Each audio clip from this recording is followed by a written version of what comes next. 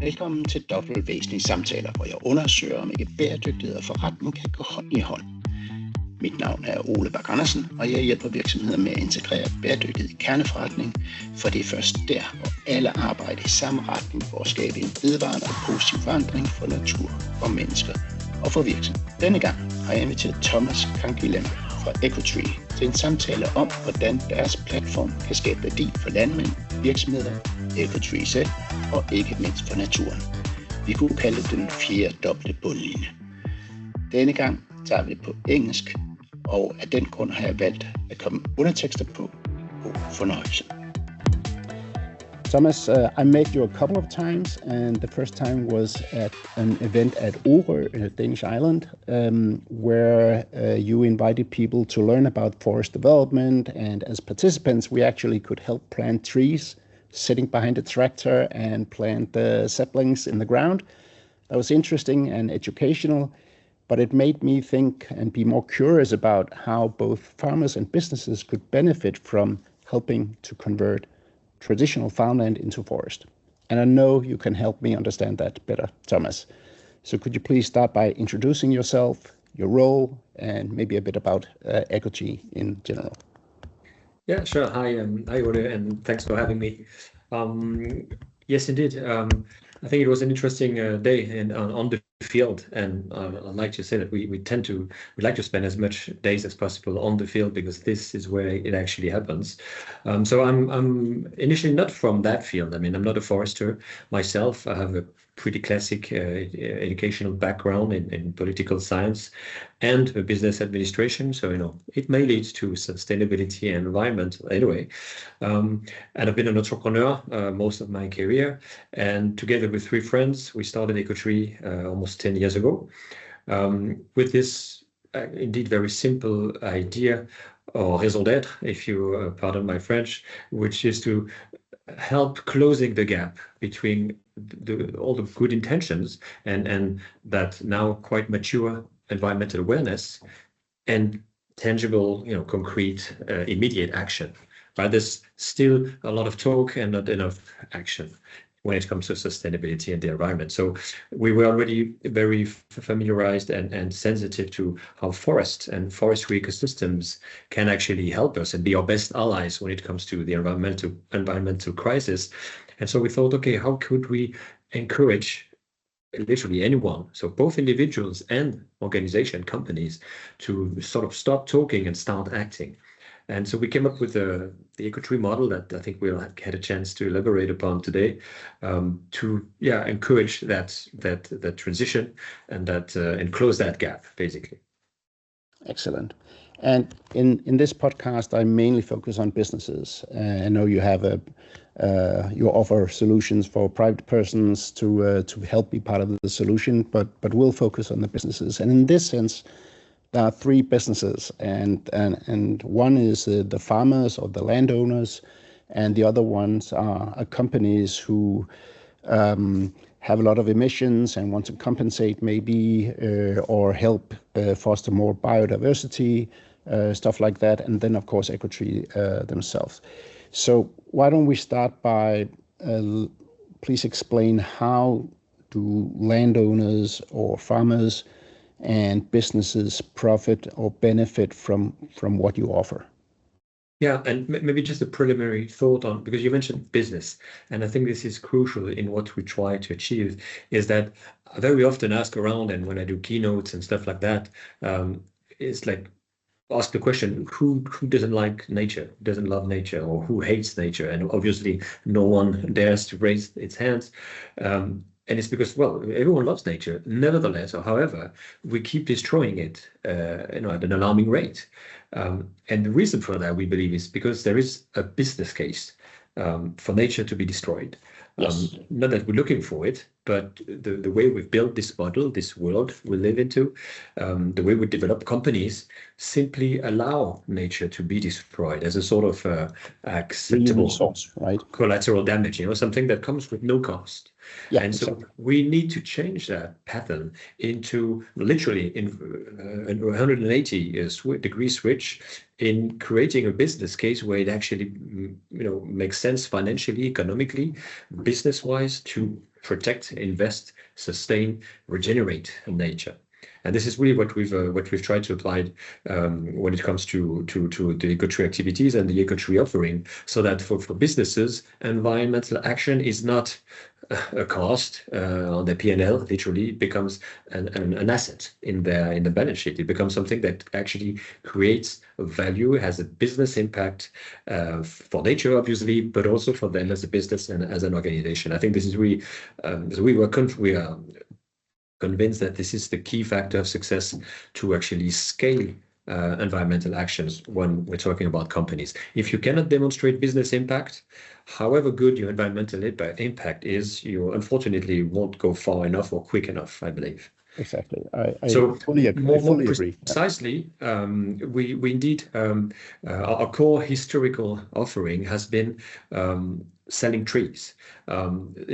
Tree planting and forestry has for decades been something where philanthropy and donation system or sponsoring systems have been quite active, and you still have a lot of players offering that out there. But we've moved away from that classic, more philanthropic donation-based model to a commercial model where, again, you're not sponsoring or donating, you're actually purchasing one or hundreds or thousands of trees, newly planted trees from the forest that we develop in Europe, and become what we call a tree owner. This means being a tree owner. What does that mean? It means that, well, you can obviously claim the environmental benefits of your sustainably managed trees, right? And I'll get back to that. What does that mean? But so you can claim the environmental benefits and you get the perspective of a financial gain or financial return, because as part of our sustainable forestry practices, when we harvest your trees, when they reach maturity, we never do clear cuts, and I want really to highlight this. We never do clear cuts, but we do selective thinnings, it's called. So selective harvesting of mature trees. So whenever your trees are harvested, we hand over 100% of the timber revenue to you, the tree owners. It's your trees, so it's your timber, so it's your revenue. And that means that you will, well, it's usually a long-term perspective return, let's be honest. And there are quicker and more efficient ways to make money these days. Nevertheless, over 30, 60 years or even more, you will double or triple your initial investment. So it's not the motivation of our customers is not primary financial, it's environmental. But again, it just makes more sense to do it in this way, where actually buying those trees, as I said, become an asset on your balance sheet, a growing asset on your balance sheet, rather than a cost and basically money out of the window, even though it would be a green window you could consider. So this idea to actually reward financially the ones that invest in developing nice, healthy forestry ecosystem, that is really the core of what we offer to our customers. Right, but as we speak about a business case, then making investments, there might be better business cases, but they don't just get the trees, right? They get the benefits of, the extended biodiversity probably, but they also get CO2 credits, right? It's a different commodity that we also offer, the carbon credits, literally. Yes. They're not attached to trees because technically you can't claim, if you take one or X amount of trees, how much CO2 those trees have actually captured. So if you purchase trees and invest in trees, you can make a claim, but it has to be a general claim, like you're contributing to restoring a carbon sink, because forests are actually the second largest carbon sink on Earth after the oceans. But a forest is more actionable than oceans. Easier to start a forest than to start an ocean, right?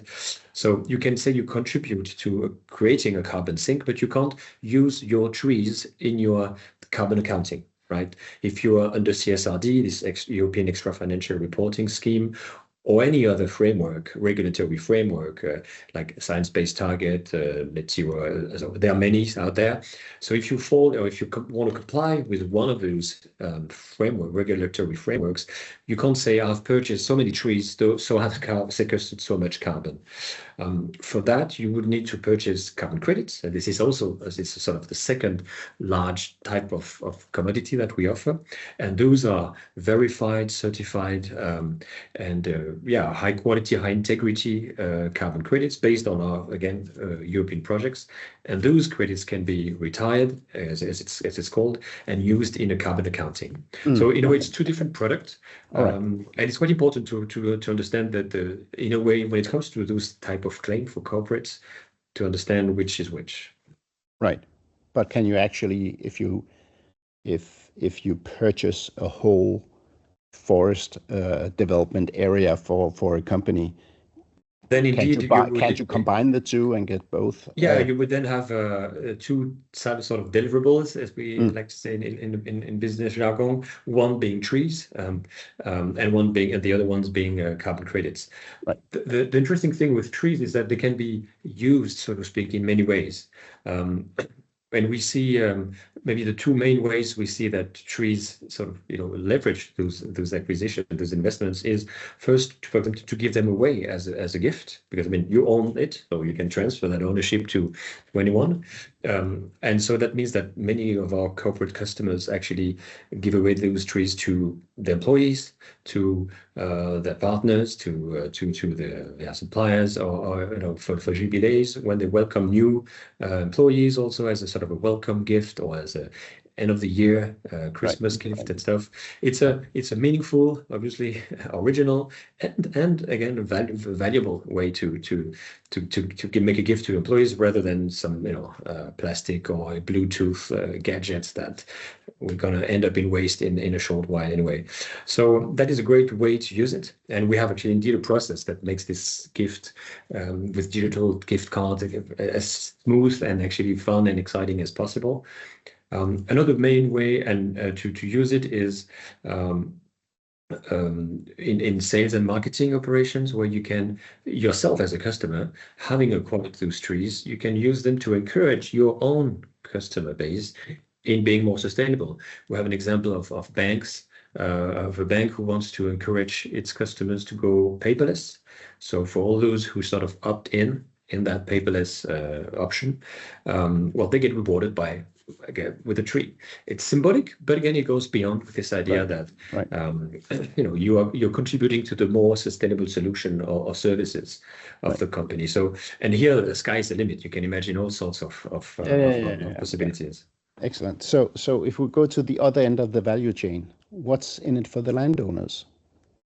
Well, first of all, in most of the projects that we have these days, we have around 100 projects around Europe. We are the owners in a vast majority of them, simply because it was the best way to get going. But we have also, our model also applies with third-party landowners, basically. And especially as we're sitting in Denmark, I guess part of the audience has heard and is following tightly what's going on with this grønne initiative, which is indeed a very ambitious and quite unique and pioneering public initiative that embeds a very strong and ambitious plan for afforestation and reforesting Denmark. And the key trigger on that plan is indeed to encourage and convince landowners, most of them being farmers in Denmark, to actually convert their land from classic agricultural land to forestry. Especially in Denmark, when you change the status of your land to what's called fredskov, so forestry, basically, it's an irrevocable process. You cannot get back in 20 years to agriculture. So it is obviously a very strong decision to take for landowners that is in charge of a land that might have been in the family for several generations. So, and even though there is subsidies today from the government to encourage them to do that conversion, there's a risk that it won't be enough. Basically, it's nice, but it won't be enough, and it may go too slow to reach those ambition goals. So what we offer to tree owners in this case is typically to say, well, you can act a little bit like we do on our own land, meaning that we can help them to say, well, let's say you have whatever, 10, 30, 50 hectares. We design a forestry plan for you. And this is just a little note here. we really, and maybe we get back to that as well on this, what we call close to nature sustainable forestry practice. So it's important that we are the ones designing the forestry plan, because we're not talking about monocultural tree plantation. It's obviously no pesticides, no chemicals. It's a mix of tree species, and it's obviously a mix of local, most adapted tree species. So basically, there's no copy paste of one project to the other. Even in just a few kilometers apart, a project might differ very much in terms of how you plant it, why you plant, etc. So we design the forestry plan for you. Then as a landowner, you will have to pay for the planting operation and all that. You get some subsidies from the government, but we then very quickly, very easily, smoothly, because this is our business, we tell you how many trees and how many carbon credits you can sell based on your newly established forestry project. And we put them on our platform, where the whole corporate world and all the private sector individuals, we have 100,000 individuals, customers today at Ecotree, or all the corporate world can then purchase very smoothly, very online, and very quickly, those trees or those carbon credits from each little landowner's project. So this means for them, again, talking about the business case, that they do have a concrete business case, because they will earn significantly more than classic agriculture per hectare. So the yield of their land will be much higher by selling both trees and carbon credits. It will even be better than classic forestry, because they will get that revenue over the first 3 to 5 years when they sell those trees and carbon credits on our platform, versus classic forestry, where they would get some revenue from the timber, but quite way down the line. Right. And again, when you look at the population of ag farmers in Denmark, more than half of them are over 55 years old. So they might looking into generation change, and whatever revenue might come in 60 years, they might not feel that concerned about it or that excited about it. And also they have a pretty high debt ratio usually. So I think it's around 57% on that part of the population. So yeah, well, so this idea that they get more revenue, and they get revenue sort of now versus very long down the road, is quite a different and game changer business case for them. So, but if you take their business case, they have other options, right? So let's just say that they have decided to stop farming or producing animal for meat productions and so on. But they could offer their fields for solar panels, or sell their fields for solar panels, which is a bit higher price, I guess, for a field than for forestry. So have you done these calculations to see when can it pay? When does it pay for a farmer to use your option? Well, I'm not an expert of both the windmills and wind and solar panels offers and industry. So that is, I guess, some, at least financially, I would say a relevant alternative. Then again, you have to, I guess they're looking at different factors, not just the financial aspect of it. And I would believe that owning and being, helping to build up a forest on the long run might be more attractive than covering their land with semi-artificializing it with the solar panels that might have to be replaced anyway in a couple of years because technology is changing or they get damaged or whatever. So I think this is a more holistic decision for them to take. And I'm sure, again, I think we have to never forget that landowners and farmers in particular are very sound business people. And so, well, they'll look at it, but I do believe that they will look at it with a broader perspective. And even though they might maybe have a better yield short term, or I'm not even sure about that, but in windmills or with windmills or solar panels, I do believe that if you look at the big picture, again, being and as remaining the owner of a forestry, of a natural asset, should be more attractive for them on the long run.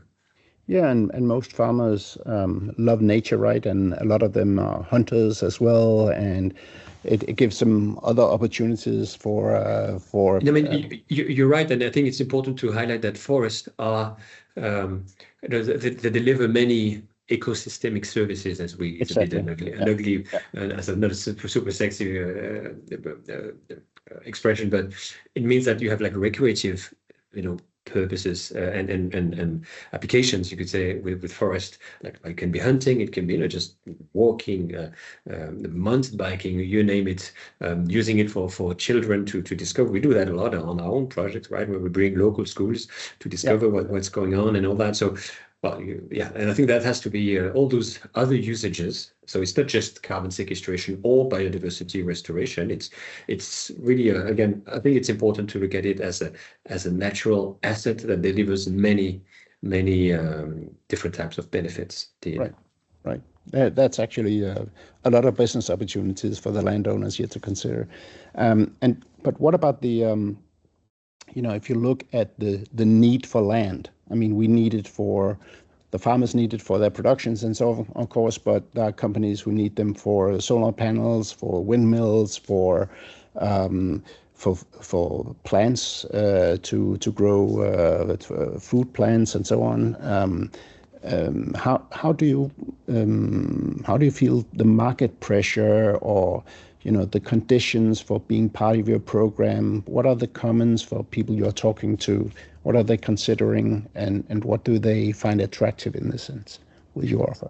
Yeah, I think this is a very critical point. This possible conflict on land usage, especially on countries like in the Nordic countries, or Denmark in particular, which has not an extensive land, right? And every single bit of it is properly used or should be properly used.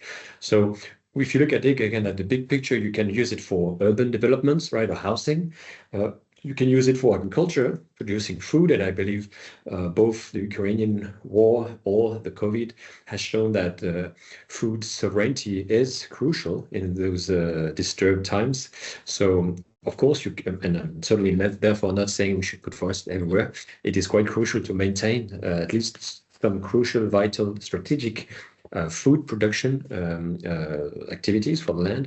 And then you have obviously forestry, or you can have renewable energies, right? And unlike fossil energies, which by definition are more underground, the renewable energies, when you just mentioned it with solar panels, they take quite a lot of space, right? Windmills to some extent, even though they can be put offshore, but for solar panels, I mean, we've all seen them. Hell, it quickly covers huge land surfaces. So, but I almost say this is a discussion that should be taken or that should be led and driven by the political authorities and engage the whole society about like, how do we want to use our land? Do we want to more cities?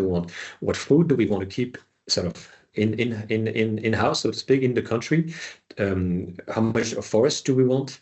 The forest cover in Denmark is now slightly below 15%, and the ambition of the grønne part is to double that to 30% by 2045. So it's doubling up in 20 years. I think that's why I said it's an ambitious target, because we have to remember that Denmark, actually, the forestry cover of Denmark, which is currently one of the lowest in Europe, 15% is one of the lowest. It was all the way down to 5%, I think, in roughly the beginning of the 19th century. And back then it was because, from what I understand, I wasn't there, obviously, it was 200 years ago, but it's that after Denmark had lost some land to the Swedes or the Germans, I don't remember precisely, but there was this idea, okay, now we have less land, we need to make sure that we have sufficient food to sustain our population, so let's give room to agriculture. And that was a fair choice back then. So I believe it's important that these days, and that's not just for Denmark, every country should take that sort of discussion and weight the different uses of lands and avoid conflicts. So it's not like silviculture, forestry against agriculture, or cities against solar panels. I think this definitely deserves a broad sociable discussion, I would say. Right, certainly. And when we are speaking about the authorities and the politics, as you mentioned, the grønne trepart, I don't know what the English term is. I think it's called Green Tripartite Agreement. Oh, okay. Nice word. No, but it has actually raised quite some attention overseas. No, they're traveling around Europe and explaining about it and so on, because, it is a crucial and difficult task to get these small steps done. But my question was, before the Green Tripart or whatever it's called, the national authorities also had some projects where land areas close to streams and where they need more water and so on, they would actually purchase land from the landowners. I mean, Naturstyrelsen would actually buy some land. Are they potentially a client of yours as well? I mean, does this come up with some new areas for organizations that once the landowners have decided to get rid of the land when the time is right, you can go in and be part of that organization, so to speak, to make it into a forest and so on? Yeah, we could do that, and this is what we've been doing so far. And I said, when we acquire most of the project, we have acquired land, and in Denmark we have 5 current projects where we all, in all those cases, we actually purchased land from, and it was all agriculture. All was a previous agricultural land, except one which was an old stone gravel yard. So usually it's typically fairly degraded, like polluted or fairly useless land that we acquire, and that is sufficiently designed for welcoming a forest ecosystem, and then we build up from there. I think it's important to also highlight that maybe the example you referred to, like what Naturstyrelsen or Naturfond, those type of players, they also often acquire different type of nature. And in Denmark there is still quite a large variety of natural areas. You have a lot of wetlands, lowlands, heathlands, and those wouldn't be suitable for forestry. So I believe there's again, and some are definitely very valuable, highly productive land that should be maintained within maybe more ecological or less environmental disturbing agriculture. So again, I think it's really a case-by-case approach. You can't really decide for the whole country at once. I believe it requires some sort of fine-tuning. And when we acquire land, we look at what's the potential, the additionality. I think this is what we look at, the additionality, meaning the biggest net positive impact between that land as it is and as it would remain if we don't do anything, what's called the baseline scenario, and what's the benefits or the impact from the scenario that we want or that we will actually implement. And the more that difference, the higher that difference, so the higher the net positive impact, the additionality, the more likely we are to engage and to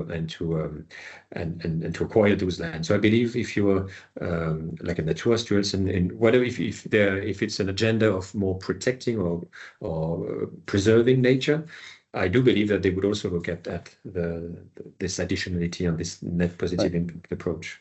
Right.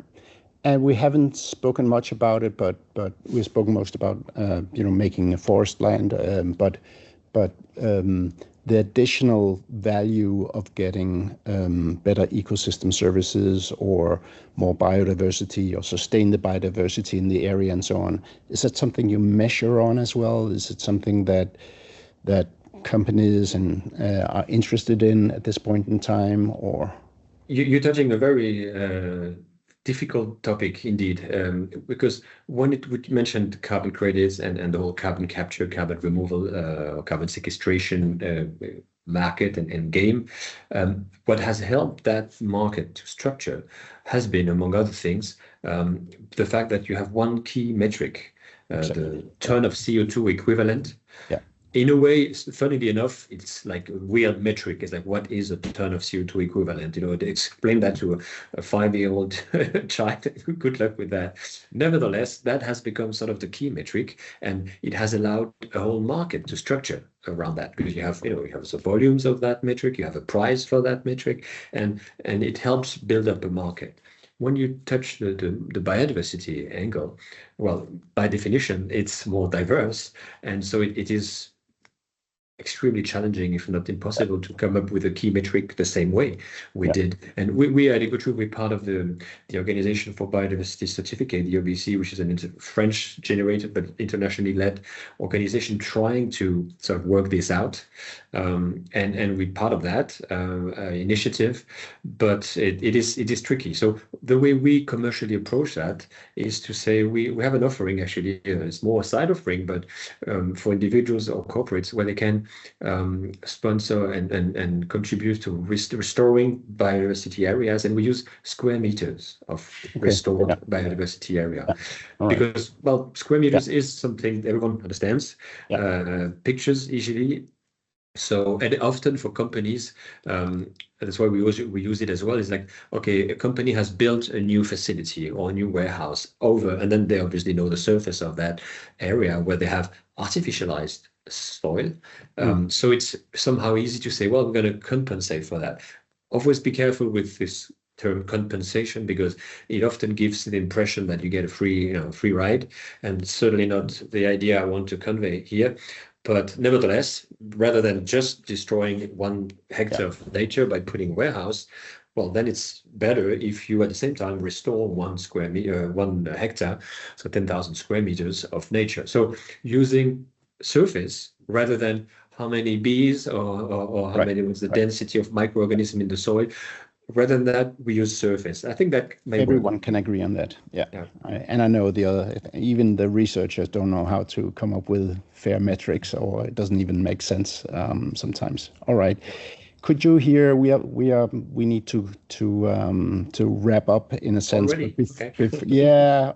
Actually, I started my timer too late, so Well, but one question before we go to the final question is, is there any way to categorize or in some way say what features or should a company have, or in which situation should they be in that makes it attractive to contact you and investigate whether there's a potential benefit of cooperation?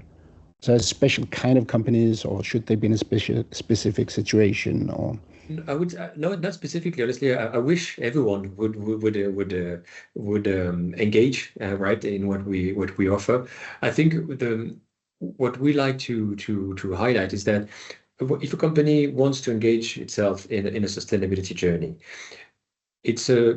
we've seen that talking with many and supporting them in this journey, it's a delicate balance. It's a fine balance between, on the one hand, all the compliance metrics part, right? Because most of the companies, they have this extra financial reporting obligations, and so it's check boxes to check, KPIs, metrics to deliver, and all this compliance part of environmental action is crucial. It's necessary. It's almost mandatory.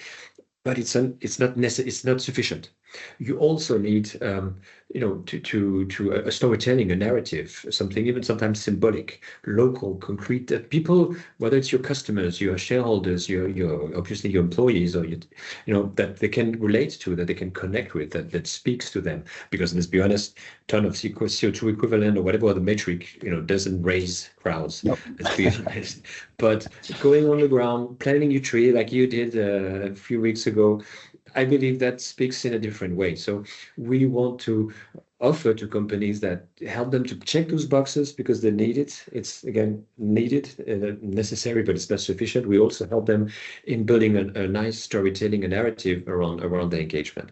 So anyone reflecting into, seeing themselves in this position would be welcome to contact us. Fantastic. And on that note, you'll get the final question, which I have mentioned for you beforehand, which is, how do you contribute to this development towards a better world, better nature, more social, equal world in your spare time? Because you use all your professional life, right? But it's do I walk the talk, as we say in English, right? I'll definitely try to, but I would admit I'm not an activist in that sense. I haven't made myself a revolution in that sense. Even though in France we used to tend to like revolutions, I haven't made a revolution. I'll admit, simply because it's. There's a principle of reality that hits me. I have a family with 3 children, and so instead of a revolution, I have that I do believe I have genuinely and I mean on a long scale now transition to a more sustainable way of living. So and that's minor changes on myself, on my wife, on our kids, especially on our kids, trying to teach them, move also them away from that eco anxiety and show them that you actually can do stuff, whether it's avoiding waste, food, sharing. We do even have a car, right? But we have a sharing system where when we don't not using it, we rent it out so other people don't have to get their own car and can use ours instead of having it waiting outside. You know, all those small things. I do believe in transitioning with a bunch of small things. So taking the train instead of flying, all those small things I really think add up. So I'll admit I have not made a revolution myself, and I'm not asking actually companies or people to necessarily do a revolution. I'm asking them, and that's what I ask myself and my relatives, to transition, to take that seriously and to move forward, one step at a time. It's better than doing nothing. And yeah, Rome wasn't built in a day, and the world we live in won't be saved overnight. So it's crucial that we do something, that we stop talking and we start acting. And that also goes with small steps, I do believe. And on that note, we'll stop talking and start acting. Thank you so much, Thomas. Thank you very much.